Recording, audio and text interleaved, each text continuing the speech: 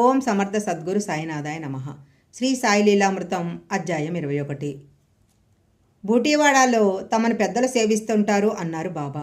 పెద్దలంటే శ్రీమంతులని తలచేటట్లయితే బూటీ కంటే పెద్దలు ఎవరుంటారు?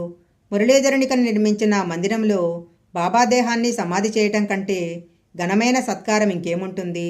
ఈనాటికి కోటీశ్వరులెందరో షిరిడీలో వైభవంగా ఉత్సవాలు చేస్తున్నారు.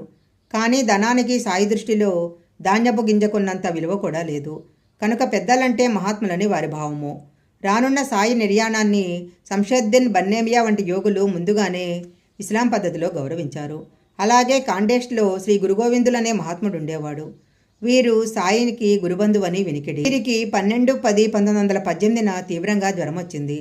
విజయదశమి నాడు భక్తులతో ఆయన, నేడు సాయి అనే దివ్యజ్యోతి చంద్రునిలో లీనం కాబోతున్నది అన్నారు. భక్తుడు మదన్ పాటిల్ తనకు తెలిసిన సాయి భక్తులందరికీ వెంటనే ఈ విషయం తెలియజేశాడు. సాయి సమాధి చెందారని వినగానే శ్రీ గురుగోవిందులు తన శిష్యులందరినీ స్నానం చేయమన్నారు. ఈయన బాబాని ఆగురుచంద్రుడు అనేవారు. ఎందరికో దైవస్వరూపులుగా పూజలందుకున్న మెహర్ బాబా, స్వామి ముక్తానంద వంటి ప్రముఖ సాధువులు ఎందరో సాయి సమాధిని దర్శించారు. స్వామి పూర్ణానంద స్వామితో వారి గురువు షిరిడీలో ఒక సప్తాహం సాయిని సేవించి ఆయన ప్రేరేపించిన చోట ఆశ్రమవాసివై ఉండు అని ఆదేశించారు. ఇంకెందరో మహాత్ములు షిరిడీ రాకున్నా సాయిని సేవిస్తూనే ఉన్నారు. పెద్ద పెద్దవారు తమను సేవిస్తుంటారని సాయి చెప్పినది ఈ విషయమే. శరీరమే తామని భ్రమించే పామరులకు జననమరణాలుంటాయి. మృత్యువుపై విజయం సాధించిన వారే మహాత్ములు. సాయిని సశరీరులుగా ఉన్నప్పుడే మనలా శరీర పరిమితులు ఎన్నడూ లేవు. అన్ని రూపాలలో ఉన్న పరమాత్మగా జీవించారు. అలాంటి వారికి మరణం ఎలా సంభవము? భౌతిక శరీరంతో ఉన్నప్పుడే మృత్యువుపై సాయి విజయంతో ఇదెంత సత్యమో భక్తులు ఒకసారి చూశారు. ఆగస్టు 13, 1886న సాయి తీవ్రమైన ఉబసంతో బాధపడ్డారు. రాత్రి 10 గంటలకు మహల్సాపతితో, నేను అల్లా వద్దకు వెళ్తున్నాను, వస్తే 3 రోజుల్లో వస్తాను, అలా రాకుంటే నా శరీరాన్ని ఆరుబయట పాతిపెట్టి గుర్తుగా 2 జెండాలు పాతు అని చెప్పి అతని ఒడిలో ఒరిగిపోయారు. శ్వాస నాడి నిలిచిపోయాయి. సాయి మరణించారని తలచి జనం గుమికూడారు. ఆ ఊరి కరణము పంచాయతీ కూడా జరిపించాడు. శవాన్ని ఇక ఎక్కువ సమయం ఉంచకుండా అంత్యక్రియలు చేయాలని గ్రామస్తులు తొందర చేశారు. కానీ మహల్సాపతి పట్టుబట్టి 3 రోజులు సాయి తల తన ఒడిలో ఉంచుకొని కూర్చున్నాడు. మరొక వంక అంత్యక్రియలు తమ మతానుసారం చేయాలని హిందువులు, ముస్లింలు పట్టుబట్టారు. ఘర్షణ తప్పదనుకుని పక్క గ్రామాల వారు తమ పక్షాలను బలపరుచుకోవాలని షిరిడీ చేరుకున్నారు. గ్రామాధికారికి దిక్కుతోచక పోలీస్ పటేల్ ద్వారా అహ్మదానగర్ జిల్లా కలెక్టర్కు కబురు చేశాడు. విదేశీయులమైన మేము ఏం చేసినా ప్రజలు ఉద్రిక్తులవుతారు. గ్రామ పెద్దలే ఎలాగో చక్కపెట్టండి. కానీ సాయి తిరిగి బ్రతికితే నాకు తెలపండి, దర్శిస్తాను.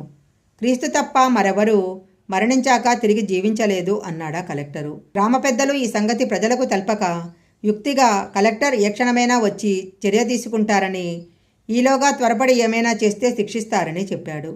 ఆగస్టు 16, 1886 తెల్లవారుజామున 3 గంటలకు శరీరములో నాడి ప్రారంభమై కొద్దిసేపట్లో సాయి లేచారు. భక్తుల సంతోషము, ప్రజల ఆశ్చర్యము వర్ణనాతీతము. శ్యామ మాత్రము ఆయనని, దేవా ఎక్కడికి పోయావు, ఏం చేశావు అని అడిగాడు. బాబా నవ్వి, అల్లా వద్దకెళ్ళాను. మొదట నేను తిరిగి రాదల్చలేదు. కానీ అల్లా, నువ్వు చేయాల్సిన పని ఎంతో ఉంది. బెంగాల్లో గదాధర్ అనే భక్తుడు నాలో కలవాలని ఆరాటపడుతున్నాడు. కానీ అతని పుణ్యఫలము, అవతార కార్యము ఇంకా మిగిలాయి. నువ్వవి తీసుకొని అతనిని విడుదల చేసి నీ స్థలానికి వెళ్ళు అన్నాడు. నేను అలాగే చేశాను అన్నాడు. ఆశ్చర్యంతో శ్యామకు మాట పెగల్లేదు. తెల్లవారుతుండగానే సాయి ఎప్పటిలా తన నిత్యకృత్యానికి ఉపక్రమించారు. ఖండయోగం సిద్ధించిన సాయికి ఇది ఒక లెక్క కాదు. ఈ వార్త తెలియగానే ఎందరో వచ్చి సాయిని దర్శించారు. వారిలో కలెక్టర్ కూడా ఒకడు. ఇంకొక విశేషము, ఆ రోజు రాత్రి 1:02 శ్రీ రామకృష్ణ పరమహంస నిర్యాణమయ్యారు. వారి అసలు పేరు గదాధరుడు.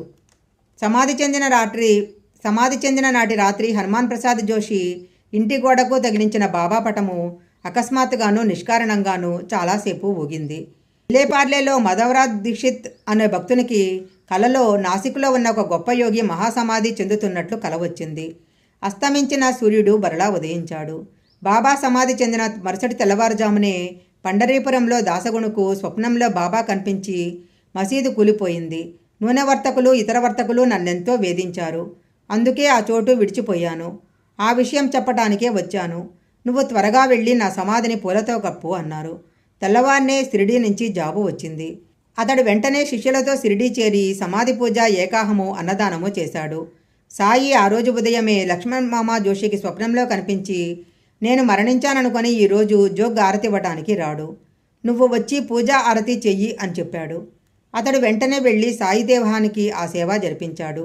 నాటి మధ్యాహ్నం మిగిలిన భక్తులతో కలిసి జోగ్ సాయి దేహానికి పూజా ఆరతి చేశాడు.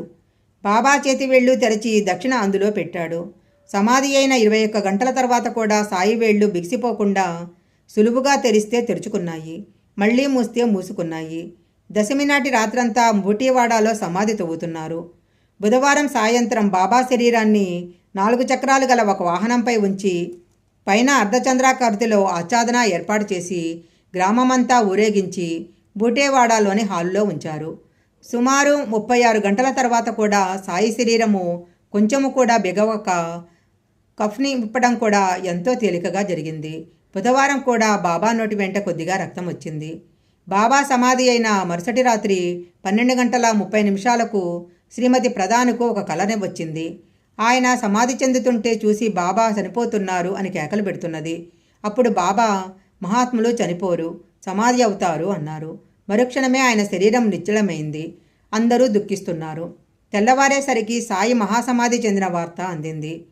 3వ రోజు తెల్లవారుజామున ఎండబ్ల్యూ ప్రధాన్ వదిన గారికి స్వప్నంలో బాబా కనిపించి, మీ సంచిలో ఉన్న పీతాంబరం పంపి నా సమాధిపై కప్పండి అన్నారు. వెంటనే మెలకువ వచ్చి చాలా సంవత్సరాలుగా ఉతికిన ఒక పీతాంబరము వారి సంచిలో ఉన్న సంగతి జ్ఞాపకం వచ్చి ఉదయమే దానిని షిరిడీ పంపారు. 1923 వరకు తరచూ దానినే బాబా సమాధి మీద కప్పేవారు.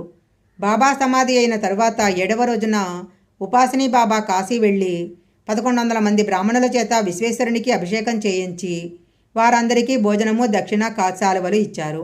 బొంబాయి భక్తులు 13వ రోజున హిందూ పద్ధతిలో 3000 ఖర్చుతో 3000 మందికి పంచభక్ష పరవాణాలతో భోజనం పెట్టారు. తరువాత మాసికం రోజున దాసగును కూడా అంత వైభవంగా చేశాడు. ఆ రోజునే సాయి మరొక భక్తునికి స్వప్న దర్శనమిచ్చి ఆ రోజు ప్రత్యేక పూజ, పేదలకు అన్నదానము చేయమని చెప్పగా అతడు ఆ విధంగానే చేశాడు. త్రైమాసికం అప్పుడు 5000 రూపాయల ఖర్చుతో సంతర్పణ, వస్త్రదానాలతో పాటు ఆ కార్యం జరిపించిన బ్రాహ్మణులకు పట్టుబట్టలు, వెండి గ్లాసులు దానమిచ్చాడు దాసగును. అప్పట్లో సాయి సంస్థానానికి దాసగును అధ్యక్షుడిగా ఉండేవాడు. శ్రీ సాయి లీలామృతం అధ్యాయం 21 సంపూర్ణం.